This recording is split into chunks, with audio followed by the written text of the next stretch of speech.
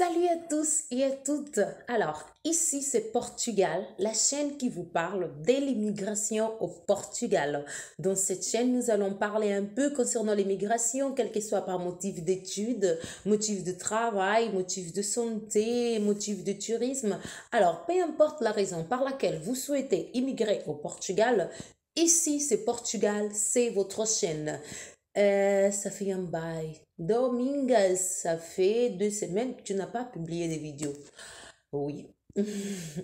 En fait, j'ai eu 2 semaines trop chargées.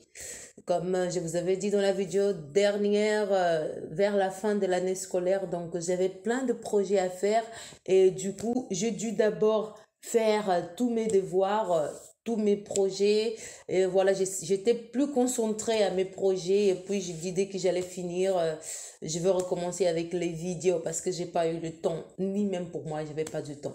Mais là, je suis de retour, j'ai plus de stress et voilà, je suis là maintenant pour vous.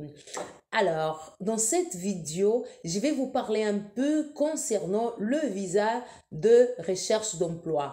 Comme dans la vidéo que je vous avais dit de la nouvelle proposition qui a été déjà envoyée à l'Assemblée, oui, j'ai des nouvelles pour vous. On y va?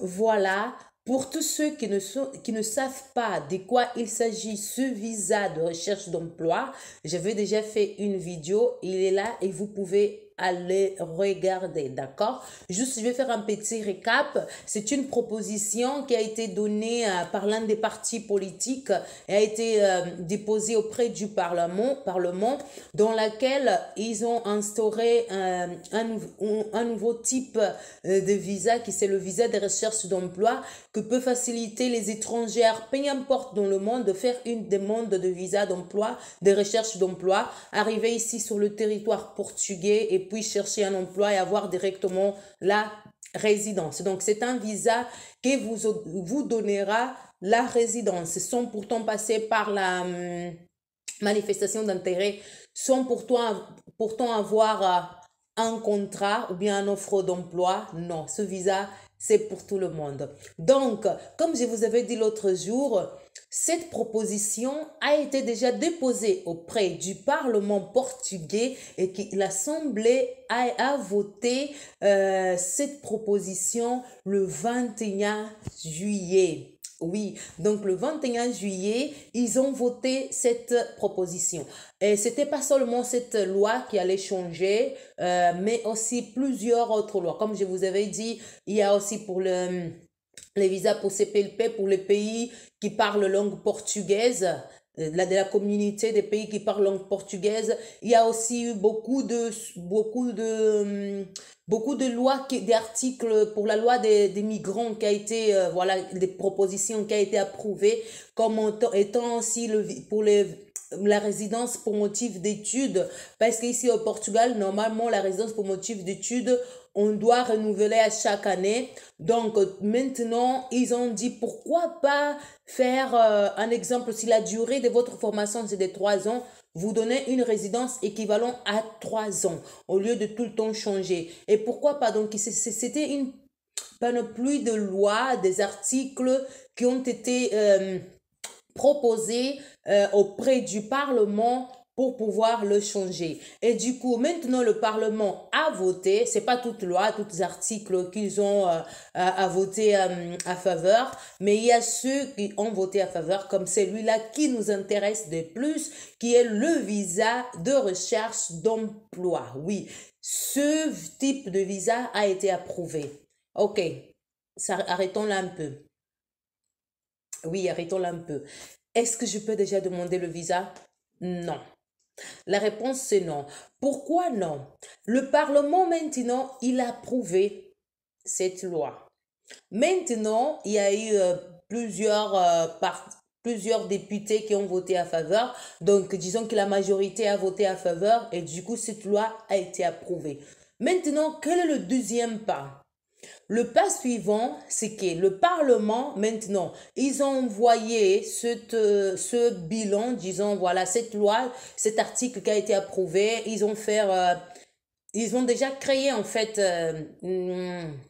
comment on dirait, dans le changement, tout ça, de la loi, et ils ont envoyé maintenant à la présidence.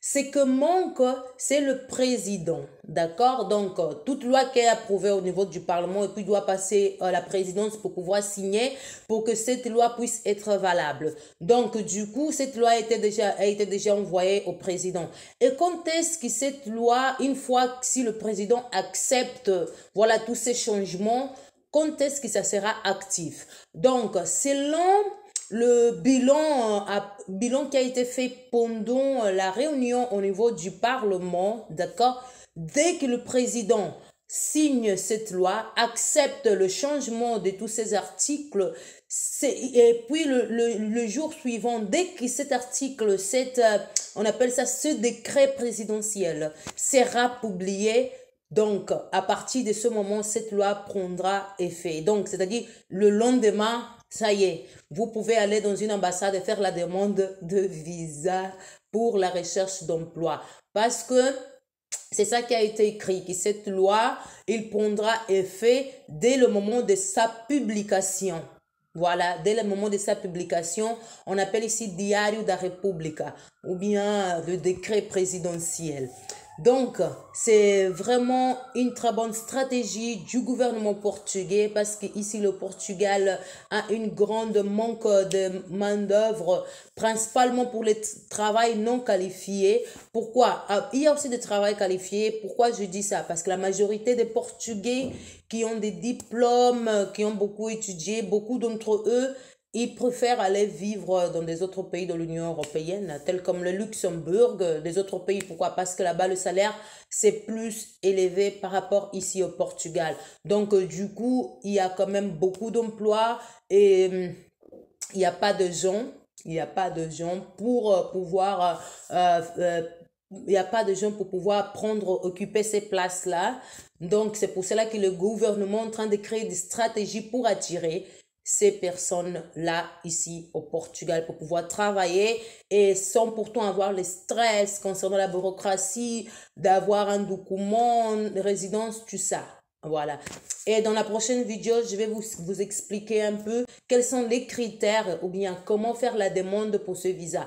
Rappelez-vous bien que ce type de visa, il n'a pas encore été signé ni publié comme un décret présidentiel. Donc, on a passé de la partie la plus difficile qui c'était de la votation au niveau du Parlement, c'est bon déjà. Maintenant, on croise le bras et on espère bien que le président, mais voilà, le média et toutes autres personnes disent que normalement, on aura une réponse favorable et que le président portugais va bien signer cette nouvelle loi. Et pourtant, peu importe là où vous êtes, vous pourrez faire une demande de visa pour le Portugal. Visa de recherche d'emploi pour le Portugal. D'accord? Donc, j'espère bien que vous avez aimé. Vous tous, n'hésitez pas de laisser le like, n'hésitez pas de commenter, n'hésitez pas de partager avec vos amis, avec tous ceux qui veulent immigrer au Portugal. Et à part de parler de l'école, de tout ça, je vais aussi vous apporter un peu concernant le changement au niveau de la loi, voilà, tout ce qui a à voir avec les migrants. D'accord? Je pense que c'est très important de connaître aussi un peu la loi des migrants dans le pays là où vous allez immigrer. Parce que au moins, vous saurez déjà quels sont vos droits, quels sont vos devoirs. D'accord? Donc, je vous embrasse très fort et on se voit à la prochaine. Au revoir.